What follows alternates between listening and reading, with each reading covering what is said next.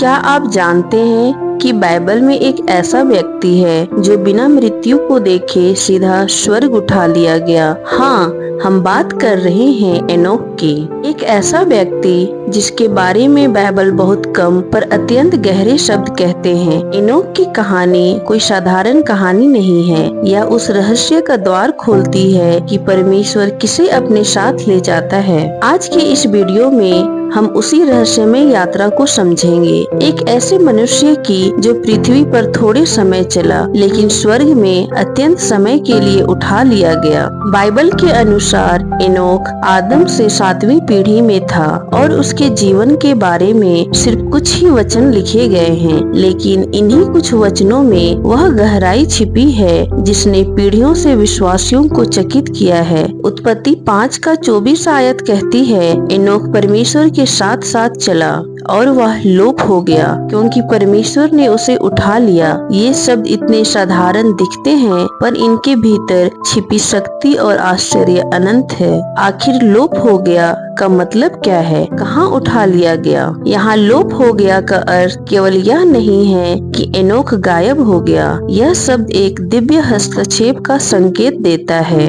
एक ऐसा क्षण जब मनुष्य की सांसारिक यात्रा अचानक समाप्त हो जाती है और परमेश्वर स्वयं उसे अपने पास ले लेते हैं। किसी भी अन्य मनुष्य के लिए बाइबल ऐसा शब्द उपयोग नहीं करती। यह घटना इतनी अनोखी और असामान्य है कि यह सीधे मन में प्रश्न उठाती है, क्या आज भी परमेश्वर हमें उठा सकते हैं? क्या एनोक एक भविष्य की झलक था, एक संकेत जो हमें आने वाले दिनों की ओर इशारा करता है। एनोक के बारे में एक और अद्भुत बात है उसका परमेश्वर के साथ चलना। इसका अर्थ सिर्फ धार्मिक रीति नीतियों का पालन नहीं था, इसका अर्थ था रिश्ते में चलना, निरंतर संगति रखना, हर दिन हर क्षण परमेश्वर की इच्छा खोजते हुए आगे बढ़ना। आज के समय में जब लोग विश्वास को सिर्फ एक पहचान या परंपरा बनाकर रखते हैं, एनोक हमें सिखाता है कि परमेश्वर को प्रश्न करने वाला जीवन भीतर की निष्ठा से निकलता है।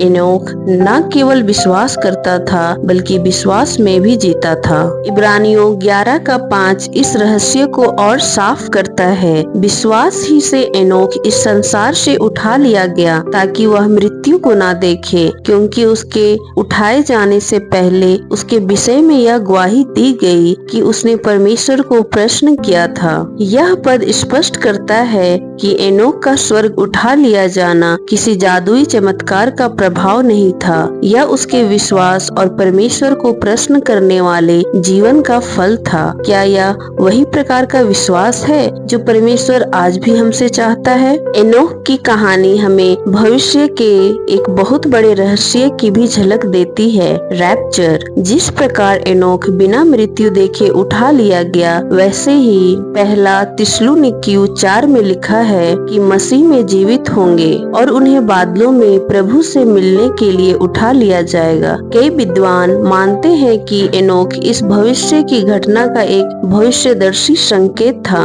एक मॉडल, एक छाया जो बताती है कि मृत्यु हर विश्वासी का अंत नहीं है। परमेश्वर के लिए असंभव कुछ भी नहीं। एनोक का जीवन केवल विश्वास का प्रतीक नहीं था, यह एक चेतावनी देने वाला भविष्यवक्ता भी था। यहूदा 1 का 14-15 कहता है कि एनोक ने अधर्मी लोगों के न्याय के बारे में भविष्यवाणी की थी। इसका अर्थ है कि एनोक सिर्फ शांतिपूर्ण जीवन नहीं जी रहा था, वह अपने समय की पीढ़ी को चेतावनी भी दे रहा था। उसकी भविष्यवाणी शायद कई लोगों को पसंद नहीं आई होगी, लेकिन फिर भी उसने सत्य कहा। उसे लोगों की नहीं बल्कि परमेश्वर की स्वीकृति की परवाह थी। एनोक उस दौर में जीवित था जब पृथ्वी पर भ्रष्टाचार तेजी से बढ़ रही थी। एक ऐसा समय जब नेफिलीम और दुष्टता संसार पर हावी होने लगी थी। फिर भी अंधकार के बीच एक ऐसा व्यक्ति था जिसने अपने जीवन को पवित्र रखा। यह बताता है कि चाहे दुनिया कितनी भी अंधेरी हो, परमेश्वर के साथ चलना संभव है। एनोक का जीवन इस बात का प्रमाण है। परमेश्वर अपने लोगों को अंधकार में भी संभालता और सुरक्षित रखता है, यदि वे उसके मार्गों में सच्चाई से चलते रहे। लेकिन एक बड़ा प्रश्न अब भी बाकी है, एनोक गया कहाँ? बाइबल स्पष्ट रूप से बताती है कि उसे परमेश्वर ने उठा लिया, पर कहाँ? कुछ मानते हैं कि वह स्वर्ग के उसी स्थान पर ले जाया गया जहाँ एलिय्याह को अग्नि के रथ में ले जाया गया था। कुछ विद्वान यह भी मानते हैं कि एनोक भविष्य में परमेश्वर की योजनाओं में किसी विशेष उद्देश्य के लिए सुरक्षित रखा गया है। हालांकि इन बातों के बारे में बाइबल पूर्ण विवरण नहीं देती, पर संकेत काफी गहरे हैं। एनोक के उठाए जाने से जुड़ी सबसे रोचक बात यह है कि यह घटना इतिहास की पहली दिव्य रैप्चर थी। यह हमें दो बातें बताती है। एक,